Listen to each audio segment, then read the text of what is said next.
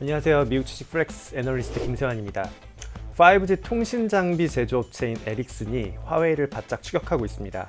지난 3분기 기준 5G 통신 장비 시장에서 화웨이와 에릭슨은 1, 2위를 지금 현재 다투고 있고요. 둘의 점유율 차이는 2.1%포인트 정도의 격차를 보이고 있습니다. 그 이전 분기에 화웨이의 점유율은 44%, 에릭슨이 21%였던 것에 비하면 격차가 굉장히 좁아졌는데요. 미국을 중심으로 반화웨이 정책이 확산되면서 나타난 결과라고 볼 수 있습니다.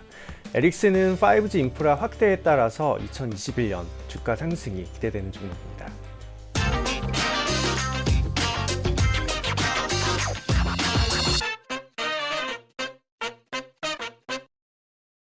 네, 먼저 에릭슨이 어떤 기업인지 잠깐 설명을 좀 드릴게요. 에릭슨은 1876년 스웨덴에서 설립된 스웨덴 기업입니다. 통신 개발 및 판매 서비스를 영위하고 있고요. 미국에는 ADR로 지금 현재 상장이 되어 있습니다. 사업 부문은 네트워크, 디지털 서비스, 관리 서비스, 이머징 사업 및 기타로 이렇게 나뉘고 있고요.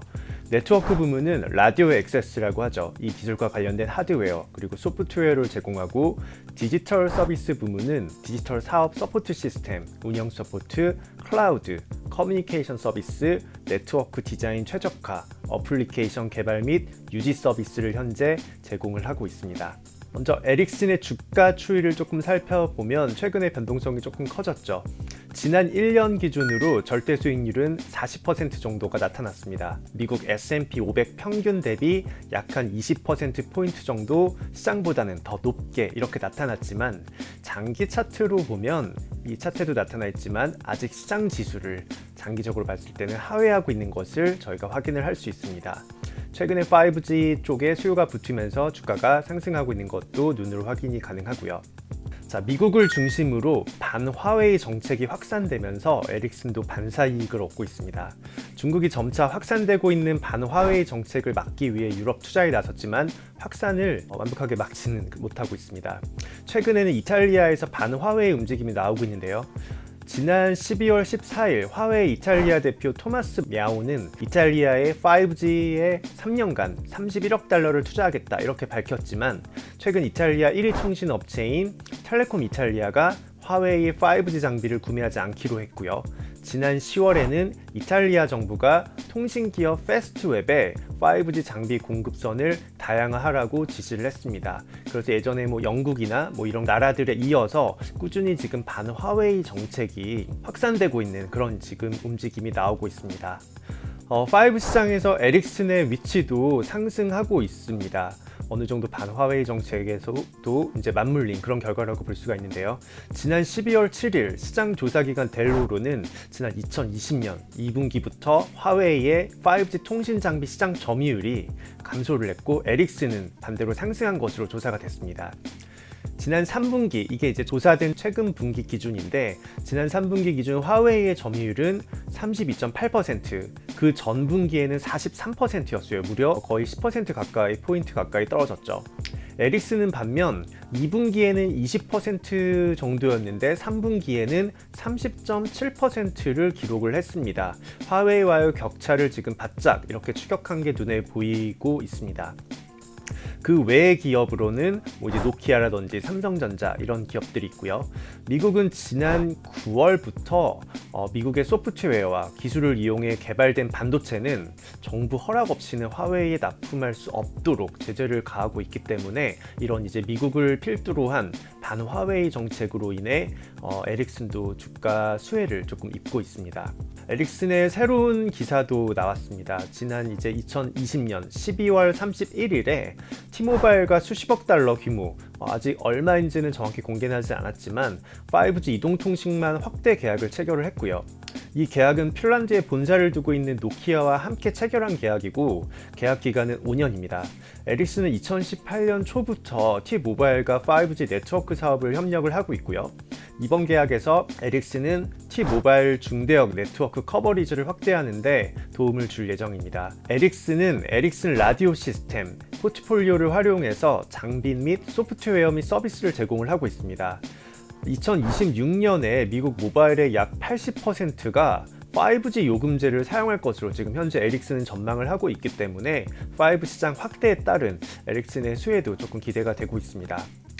에릭슨의 주가는 지난 1년간 시장을 크게 상회하는 성과를 나타냈지만 여전히 저희는 주가는 아직도 저평가되어 있다고 판단을 하고 있습니다. 에릭슨의 12개월 선행 PER은 17.9배고요. 향후 3년 이제 EPS 성장률, 연평균 복합 성장률, 저는 2021년에서 2023년치를 지금 반영을 했는데요. 이 연평균 복합 성장률이 이익 성장률이 14.5%가 나와 있고 이를 반영한 PEG 배수는 1.2배로 경쟁 기업인 노키아 1.4배, S&P 500 지수인 1.4배를 하회를 하고 있습니다. 제가 예전에도 말씀드렸지만 PEG 배수는 비교 대상보다 낮을수록 이익 성장 대비 주가가 상대적으로 저평가되어 있다 이렇게 말씀을 드렸었고요. 그렇기 때문에 경쟁 기업 그리고 시장 이것보다 낮은 지금 PEG 배수를 에릭슨은 향후 이제 성장률을 반영했을 때도 나타내고 있습니다. 에릭슨의 12개월 선행 자기자본이익률도 우상향 기조를 유지하고 있습니다. 자기자본 이익률이 상승한다는 건 투자한 자본금 대비 이익이 증가하고 있다는 걸 의미를 하죠. 총 주주 환원율, 이 총 주주 환원율은 내가 이제 100억을 벌었을 때 예를 들어서 배당과 자사주 매입을 얼마를 했는지 이걸 볼 수 있는 비율인데 2016년 대비 총 주주 환원율은 에릭슨은 크게 감소했음에도 불구하고 자기자본 이익률이 상승하고 있습니다. 이게 어떤 걸 의미하냐면 5G 실수요에 따라서 현재 지금 실제 매출이 발생을 해서 비즈니스 모델이 성장기에 어떻게 보면 이제 돈 써서 주가를 올리는 게 아니라 실질적인 매출 성장에 기인해서 그리고 그런 기대들이 반영이 돼서 12개월 선행 자기자본 이익률이 상승하고 있다 이렇게 지금 저희는 판단을 하고 있습니다. 잉여금 흐름도 2019년부터 상승하고 있어서 어떻게 보면 이게 남는 돈이죠. 추가적인 이제 주주 환원도 이어질 경우에는 안정적인 투자도 가능하다고 저희는 보고 있고요. 강하게 지금 과하게 주주 환원을 하지 않는데 남는 돈은 많다. 그럼 뭐 이제 투자를 할 수도 있고 주주 환원을 할 수도 있고 얼마든지 주가의 하단을 부양할 수 있는 일들이 조금 남아 있다. 이렇게 저희는 판단을 합니다. 2020년 코로나19에도 불구하고 주당 순이익은 전년 대비 0.5달러 상승한 0.6달러를 기록을 했습니다. 2022년도 0.8달러가 현재 지금 예상되고 있고요. 마지막으로 지난 5년 기준 에릭슨의 1단위 위험을 적용했을 때 평균 연평균 수익률도 0.21배로 경쟁 기업인 노키아를 현재 상회를 하고 있습니다. 에릭슨의 리스크 요인으로는 일단은 코로나19에 따른 5G 인프라 수요가 감소될 경우, 그리고 두 번째는 환율의 변동에 따른 이제 수익 감소, 세 번째는 경쟁 심화, 네 번째는 반화웨이 정책 같은 정책 변화에 따른 어떻게 보면 이제 중국 시장 매출이나 아니면은 그런 정책 변화에 따른 변수 등을 리스크 요인으로 꼽아볼 수가 있습니다.